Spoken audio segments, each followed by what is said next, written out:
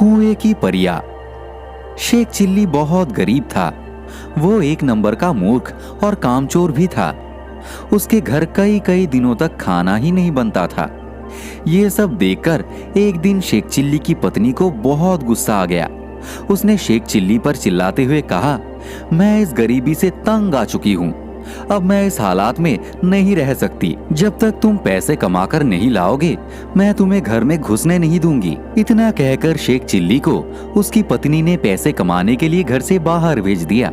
साथ ही उसे 4 सूखी रोटियां भी दे दी ताकि रास्ते में भूख लगे तो खा सके। शेख चिल्ली पत्नी के गुस्से से डरकर काम की तलाश में घर से निकल पड़ा। शेख चिल्ली सबसे पहले अपने गांव के साहूकार के पास गया। उसने सोचा कि साहूकार उसे जरूर काम पर रख लेंगे, लेकिन उल्टा साहूकार ने उसे डांटकर भगा दिया।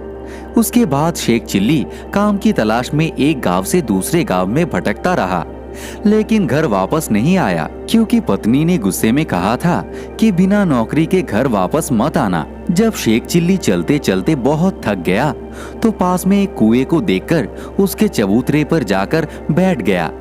अब उसे तेज भूख भी लग रही थी तो उसने अपनी पोटली से सूखी रोटियां बाहर निकाली, लेकिन उसे इतनी तेज भूख लगी थी कि इन 4 रोटियों से उसका पेट नहीं भरने वाला था।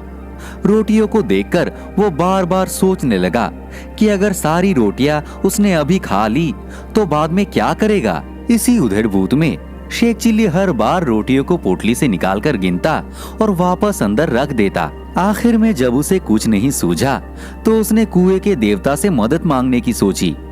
वो कुएं के सामने हाथ जोड़कर खड़ा हो गया और बोला, हे प्रभु, आप ही मेरी मदद करो।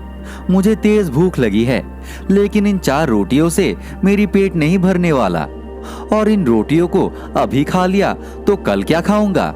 मुझे तो अभी कोई नौकरी भी नहीं मिली है। अब तुम ही बताओ कि मैं क्या करूं। 1 खाऊं, 2 खाऊं, 3 खाऊं या चारों खा लूं। अब उस कुएं में तो कोई देवता रहता नहीं था जो उसके सवालों का जवाब देता। उल्टा कुएं में 4 परियां रहती थी जो शेख चिल्ली की बातें सुनकर डर गई।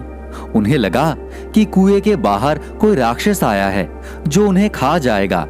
बस इसी डर के मारे चारों परियां राक्षस से दया की भीख मांगते हुए कुएं से बाहर निकल आई।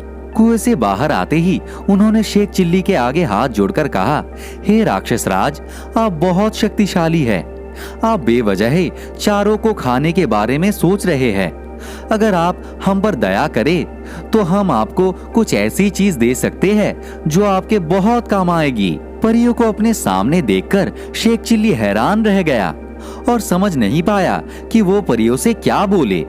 शेख चिल्ली को चुप देखकर परियों ने समझा कि राक्षस राज ने उनके बात मान ली है, इसलिए उन्होंने शेख चिल्ली को एक कठपुतला और एक कटोरा देते हुए कहा, हे राक्षस राज, यह कठपुतला आपकी हर बात मानेगा। आप जो कहेंगे ये वही करेगा, और ये कटोरा आप जो खाना चाहोगे वो आपको खाने के लिए देगा। यह कहकर परिया कुएं में वापस चली गई। यह सुनकर शेख चिल्ली बहुत खुश हुआ और सोचा कि अब उसे घर वापस चले जाना चाहिए। ये सारी चीजें देखकर उसकी पत्नी बहुत खुश होगी, लेकिन तब तक बहुत रात हो चुकी थी, इसलिए वो पास के एक गांव पहुंच गया। वहां उसने एक आदमी को रात भर के लिए अपने घर में ठहराने की प्रार्थना की। उसने वादा किया कि इसके बदले में उसे और उसके परिवार को अच्छी अच्छी मिठाइयाँ और पकवान खिलाएगा। यह सुनकर वह व्यक्ति शेख चिल्ली को अपने साथ घर के अंदर ले गया। जब घर के सभी सदस्य एक कमरे में बैठे हुए थे, तभी शेख चिल्ली ने अपना कटोरा निकाला और उसे तरह तरह की मिठाइयाँ और स्वादिष्ट खाना देने के लिए कहा। इतना कहते ही वहाँ मिठाइयाँ और तरह तरह के व्यंजनों का ढेर लग गया।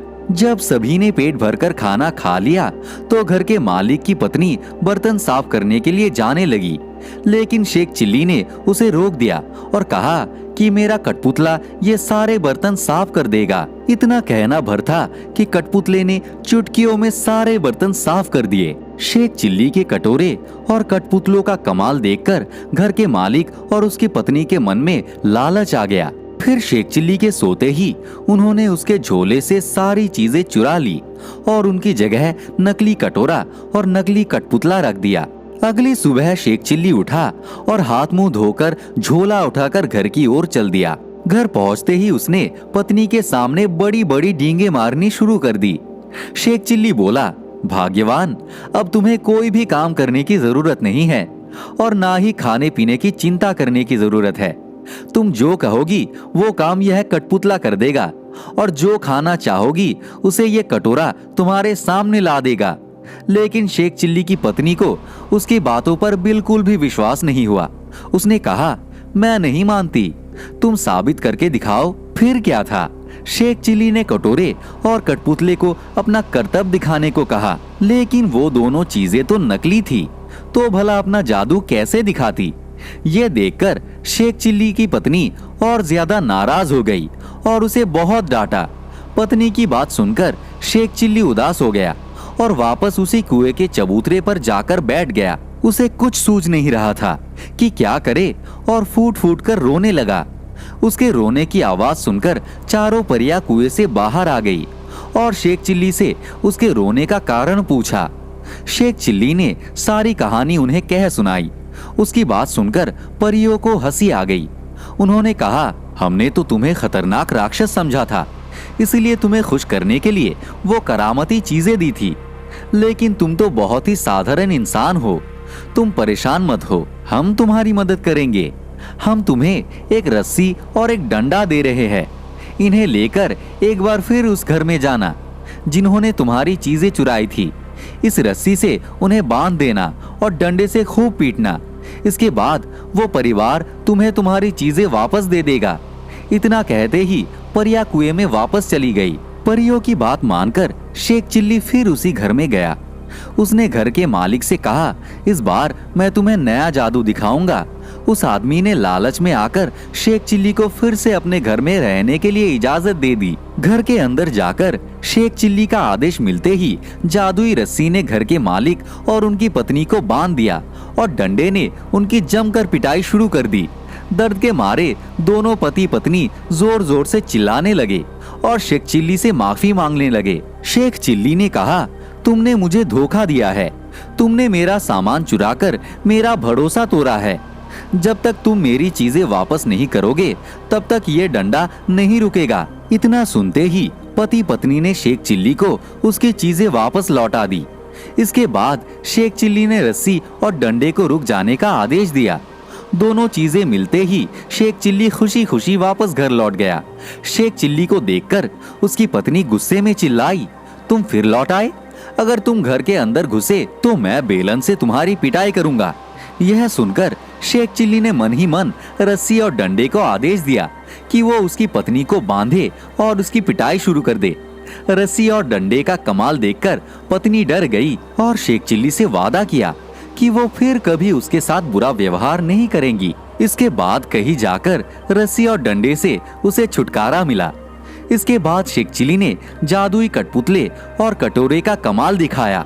दोस्तों, इस छोटी सी कहानी से हमें यह सीख मिलती है कि हमें कभी किसी के साथ धोखा नहीं करना चाहिए और ना ही लालच करना चाहिए। इसका परिणाम हमेशा बुरा ही होता है। तो दोस्तों, आप सभी को यह कहानी कैसी लगी? कमेंट बॉक्स में जरूर बताएं। वीडियो को लाइक करें, दोस्तों के साथ शेयर करें और अगर आप हमारे चैनल पे नए हैं तो सब्सक्राइब कर भी जरूर जुड़े। आप सभी का बहुत बहुत धन्यवाद।